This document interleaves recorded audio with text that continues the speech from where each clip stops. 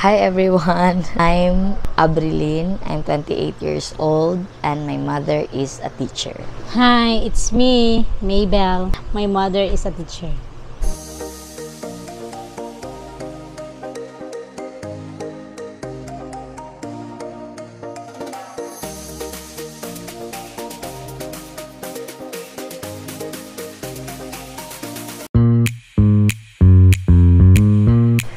Ang pangalan sa akong mama is si Gemma Tolentino Casar. Ang pangalan sa akong mama kay Maxima Alcibar Horanio. Nagtudlo siya sa DRANS, Daniel R. Aguinaldo National High School. Nagtudlo siya sa Doña Carmen Denia National High School, Turil, Davao City. But before siya nagtudlo sa Doña Carmen is nakatudlo pa siya sa Federico Yap National High School. Kung asa pud ko first nagtudlo. Actually nag-apply ko sa Federico Yap National High School kay tungod kabalo ko nga dito siya first nagtudlo. So before siya nibalhin og Doña Carmen. Mo po na ang reason nga pag human ako sa Federico Yap National High School, nibalhin pud ko og Doña Carmen, i-transfer pud ko og Doña Carmen.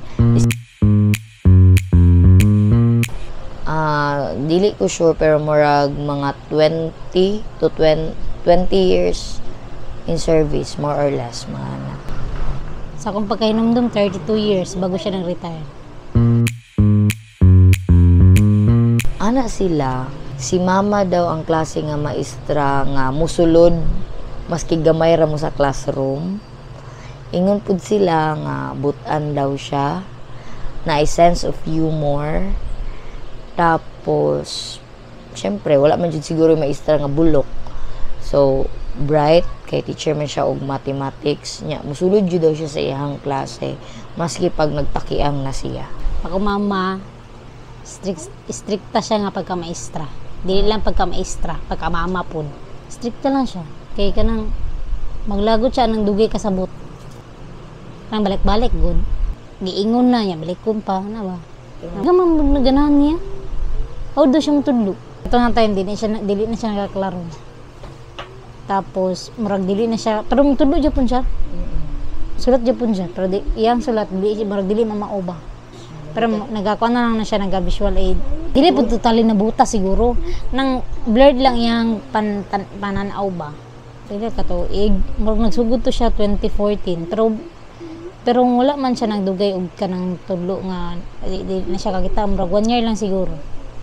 Kay pa-realize siya ba sa iyang part good maulaw siya matudlo nga dili siya kakita kay para siya ba dili niya matudlo og tarong ng mga estudyante.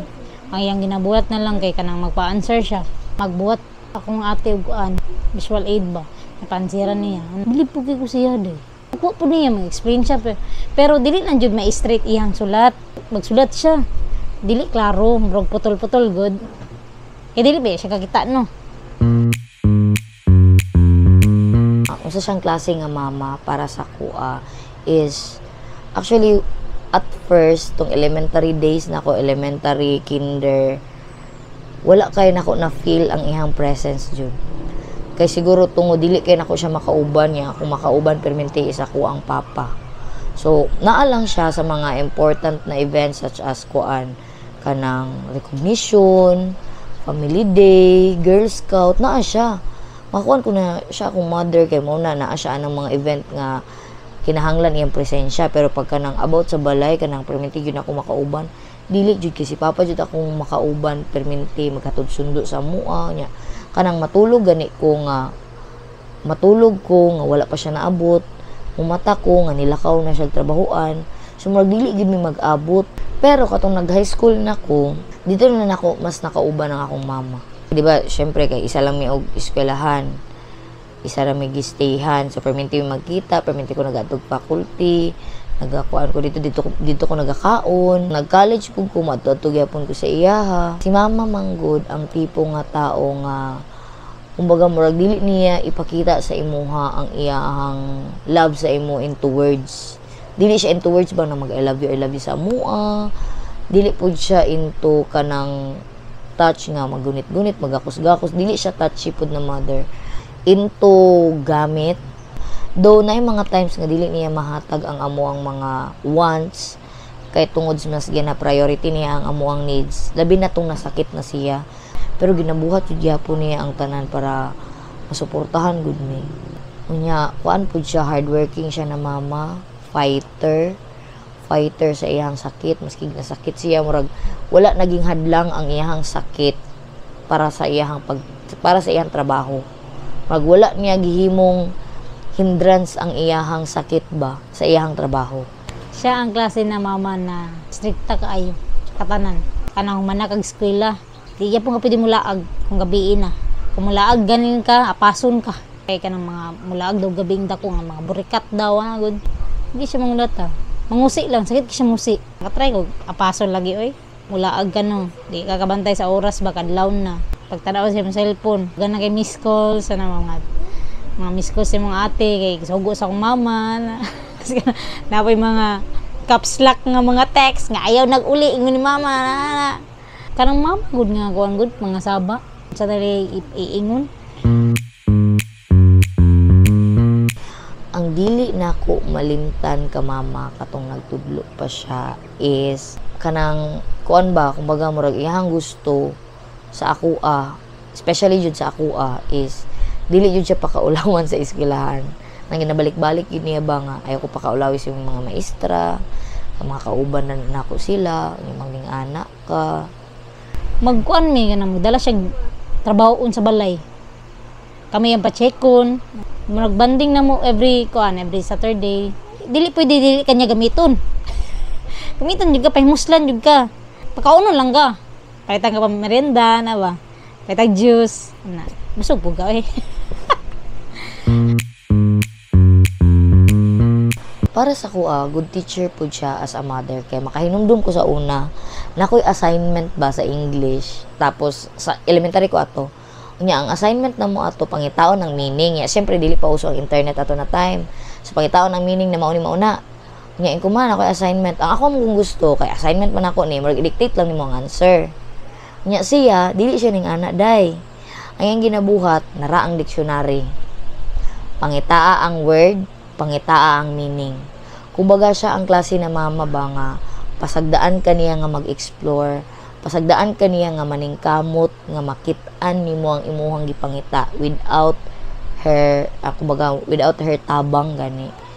Unya sa math pod nanay mga answeranan sa math before ko niya tudluan kinahanglan ako sa imo answer bago siya.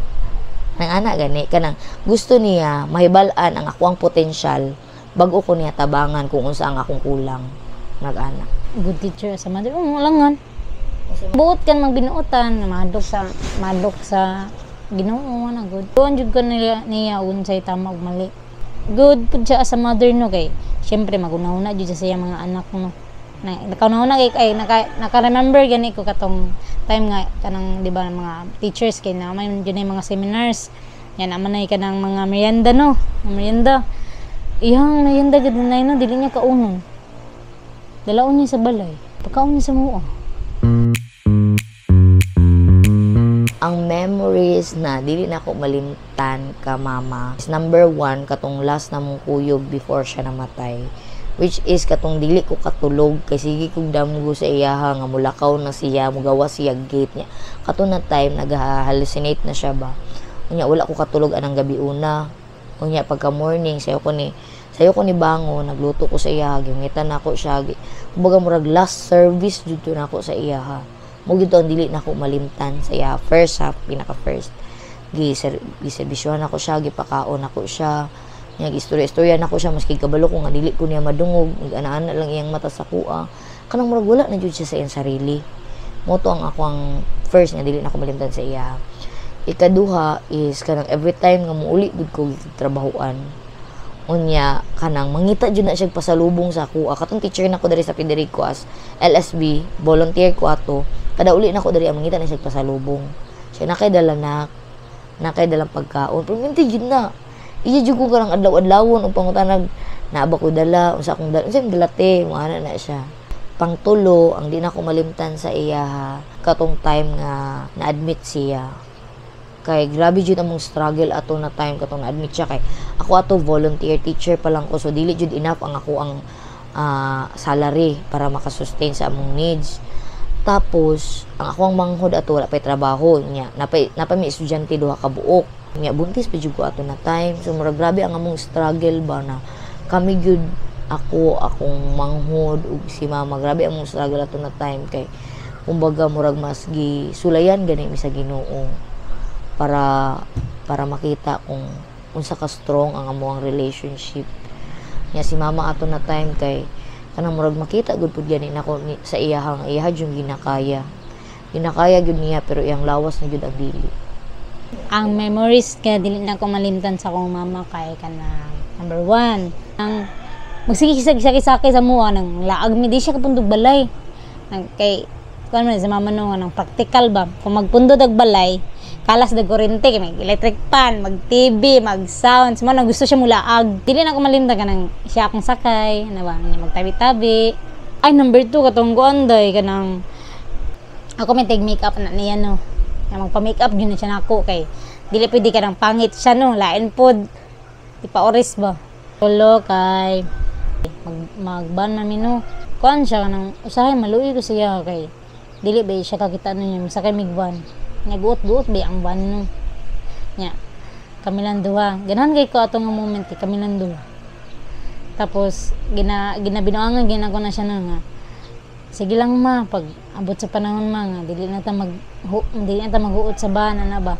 Kay magpaytag sakyanan ana good. Nya, siya kay katawar ana. Nabudyo time nga kanang sakay migban no. Lisod bi isa kay sa likod. Nya, usahay pa jud kanang katawanan kayo kay siyempre, layo ang biyahe. Dili naman ko magtabi-tabi, no. Abi, natulog na ko ba? Pimibil-bil. Kasi malapas na ta. Dili ba siya kakita, no. May muot lang ko. Wala mo natulog, ma. Wala lang yun, nagtabi. Yan, natulog na ko. Asya, kami nung natulog na ka. Ang message niya ko kang mama karon is unta naa na siya sa gingharian. Kumbaga murag unta nalipay siya kung asa siya karon kay at least karon wala ni kasakit. At least karon dili na siya kabati gutom, dili na siya makabati og kanang insecurity sa iyang lawas, dili na siya mag self pity. Murag ginating positive na lang pud gani nako ang panahon nga wala siya kay murag ang akong ginahuna-huna na lang kay na siya karon sa kung asa siya gusto ibutang sa Ginoo. Unta nalipay siya sa kung unsa ang naabot sa iyang mga anak karon ug unta proud siya sa kung asa ang iyang mga anak karon. Ganang pasalamat ko siya kay kuan ko niya kanang gitaron ko niya og padako ana ba. Gimingaw ko mama kay kami ra mo sa balay. Mingaw ko siya. Mingaw ang balay o walay mama. Samtang napay niyo ang mama o papa, i-priority dyan niyo sila. Kay wala ta kabalo kano sa sila kwaon. Mama o papa dili mailisan. Ang barkada naara na sa kilid-kilid. Pero ang mama o papa dili dyan mailisan eh. Mingawon jud ka sila ha. Ang message nako sa mga batan-on karon nga napay mamagpapa no is unta samtang napay inyo ang mamagpapa kung mahimo tagaan jud ninyo sila quality time. Of course kabalo man jud tanon ang mga batan-on karon kay naga-explore na nay mga new discovery sa ilahang life. Nay mga higayon jud nga mabiyaan nila ilahang ginikanan. Labi na og nana sila laing naibugan. Ang lang jud lang mabilin ana ang mamagpapa na lang mangyud. Ako lang yung advice sa mga batan-on ron. Unta tagaan gyapon nila time ang ilang ginikanan. Ang mga ginikanan is wala baya sila nagpabata no. Nagkatiguang baya sila. So the more nga nagadako ta, the more po na nagataas po ang ilang edad. So mas dapat i-treasure na to ang time na kauban nato sila. Kaya para sa kumurag ang pinaka lisod jud ihatag sa tao aside sa kwarta, isang oras. Kung pwede pa lang mo palit kag oras gani para makauban nimo ang mga tao nga gusto nimo makauban.